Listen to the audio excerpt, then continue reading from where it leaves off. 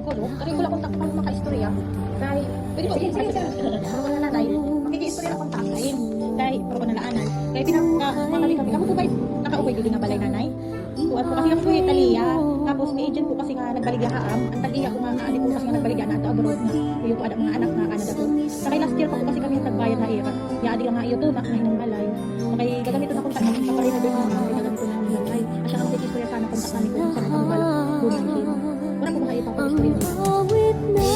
Inakilala ko kami na iyo, hindi para yun. Kaya ang sa'yo, yan ang ipalit ko kami mga kami. Yung mga antik. Kaya ang lalaki po, lalaki ng agent. Adi po ipapilit na mga kapakita ko na lahat yung kitain na lang. Nagbalik yung ha.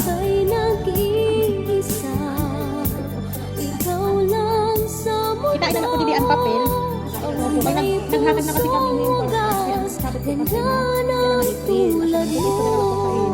Amag ko nakilala ko mga nagbaligyan ang yaring lalaki po. Adi ang picture. Saka ikuan lang ko si, dinalahit online po kami nagkilala. Nasa rin niya, adi na yung nabaligyan. Iwan ang si Ma'am Angie nga ando daw ako na.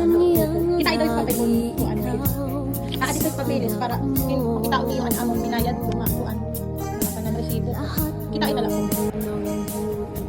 Wala kasi ko sa tukala ko niya. Oo. Ay baligyan kasi po yun last year pa. Kitain na lang ko para kung ano daw lain ako. Ako po yung nilalaki nga po nagbaligya ang adi picture kitain. Bakit nakilala po ka mo kay hirap po ito ang papel pati ang picturehan ko ana natin tinada ng kwarta. Sige ma'am, kitain na lang ko nanay. Yes, na lang.